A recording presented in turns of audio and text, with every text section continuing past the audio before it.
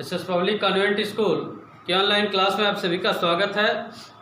Class 11 subject biology कक्षा 11 के जीव विज्ञान में आज नामकरण की अंतर्राष्ट्रीय संहिता पे प्रकाश डाला जाएगा। नामकरण की अंतर्राष्ट्रीय संहिता इंटरनेशनल कोड ऑफ नॉमेनक्लेचर, नामकरण की अंतर्राष्ट्रीय संहिता। देखिए सन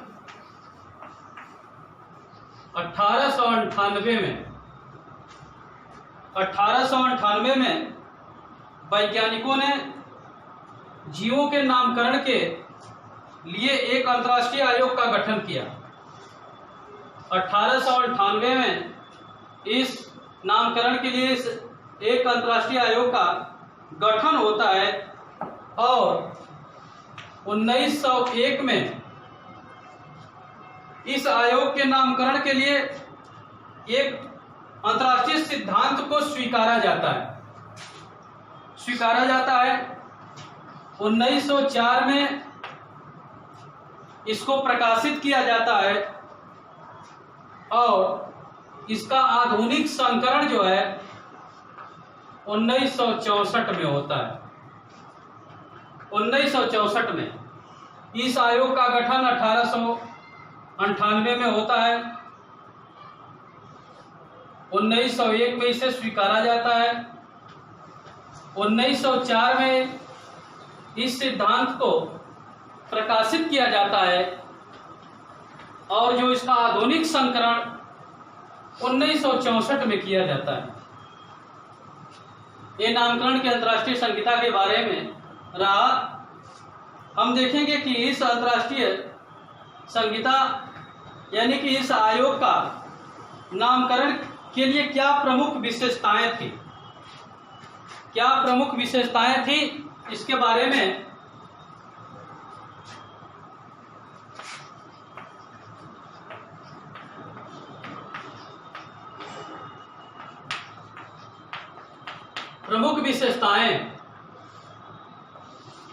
यानी कि जो वैज्ञानिक नाम रखा जा रहा था तो किस आधार पे उसको रखा जाएगा, इसके लिए बताया गया कि किसी भी प्राणी या पादप का नाम लैटिन भाषा का से भी उत्पन्न होगा। यानी किस भाषा में होते हैं वैज्ञानिक नाम? लैटिन भाषा में। दूसरी विशेषता,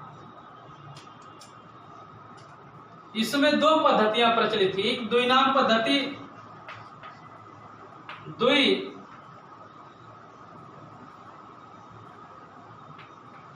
पद्धति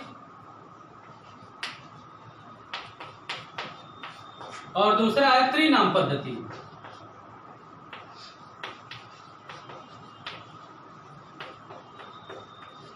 द्विनाम पद्धति मतलब वह वैज्ञानिक नाम जिसमें दो शब्द थे। पहला शब्द वंश और दूसरा शब्द उसकी जाति होती थी। त्रिनाम पद्धति में तीन शब्द हुआ करते थे। पहला शब्द वंश, दूसरा शब्द जाति और तीसरा शब्द उपजाति। तीसरे पॉइंट पे आते हैं। तीसरे इसकी क्या विशेषता थी?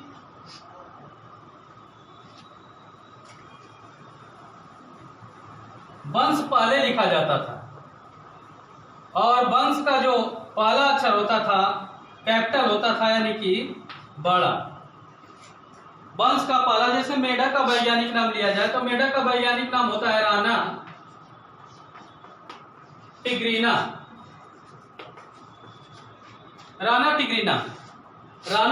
राना इसका वंश है, टिग्रीना उसकी जाति है। ठीक ना? ये जेनेरिक नेम हो गया, ये स्पेसिफिक नेम हो गया। अब देखिए राणा सबसे पहले वंश लिखा जाता है और उसका पहला अक्षर बड़ा होता है। चौथे पॉइंट में उसके आगे दूसरा शब्द जो होता है वह जाति होती है। जाति और जाति का पहला अक्षर क्या होता है? छोटा होता है। जाति का पहला अक्षर छोटा, देखिए यहाँ टी छोटा है, टिग्रिस उसकी एंटीग्रिना उसकी जाति है, यह टी उसका छोटा है। वंश का बड़ा अक्षर टी, जाति का पहला टी छोटा अक्षर। आगे और इसकी विशेषता,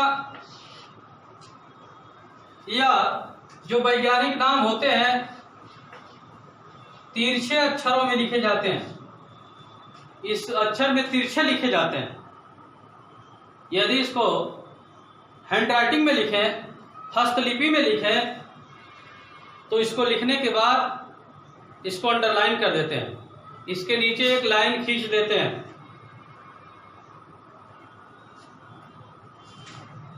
लैटिन भाषा में लिखा जाएगा, पद्धति में या तो द्विपद्धति को अपनाया जाएगा, नहीं त्रिपद्धति को अपनाया जाएगा।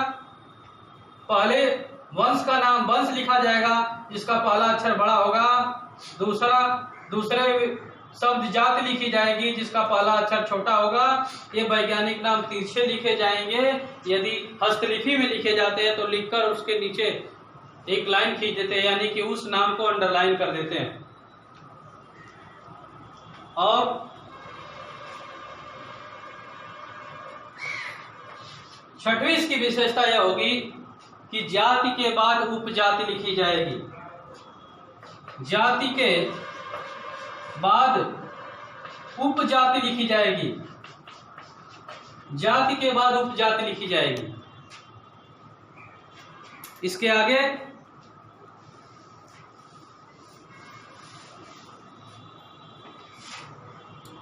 सातवीं इसकी क्या विशेषता है,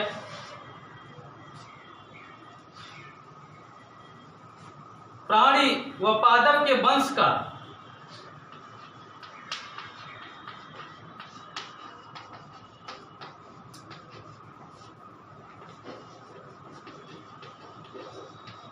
प्राणी व पादप का वंश एक हो सकता है। प्राणी व पादप का वंश एक हो सकता है, लेकिन यह कम से कम रहे। कभी कभार होता है यह कम से कम रहे। आठवां,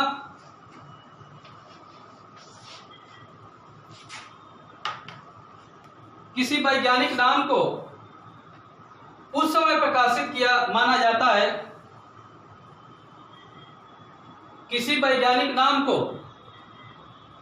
उस समय प्रकाशित माना जाता है जब वह वैज्ञानिक नाम स्याही से कागज पर लिखकर प्रकाशित किया जाए, स्याही से कागज पर लिखकर प्रकाशित किया जाए और वैज्ञानिक पुस्तकालय में उसका रिकॉर्ड अस्थायी हो, यानी कि अस्थायी रूप से उसका रिकॉर्ड रखा जाए, उसको प्रकाशित माना जाता है।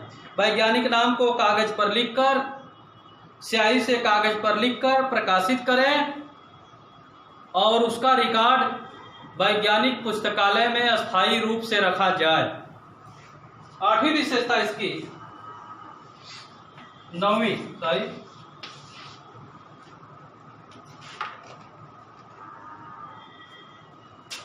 एक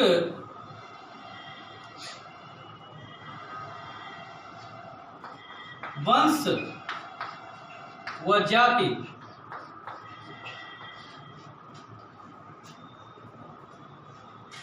वंश और जाति नामकरण होने के बाद उसमें किसी तरह का परिवर्तन नहीं हो सकता।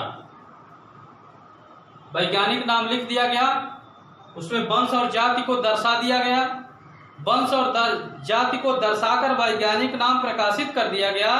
अब उसके बाद उसके वंश और जाति में किसी प्रकार का परिवर्तन नहीं होगा। यह है वैज्ञानिक नाम रखने की अंतर्राष्ट्रीय विशेषताएं, अंतर्राष्ट्रीय नियम। इस नियम के अनुसार वैज्ञानिक नाम लिखे जाते हैं। आज के वीडियो में बस इतना ही। धन्यवाद।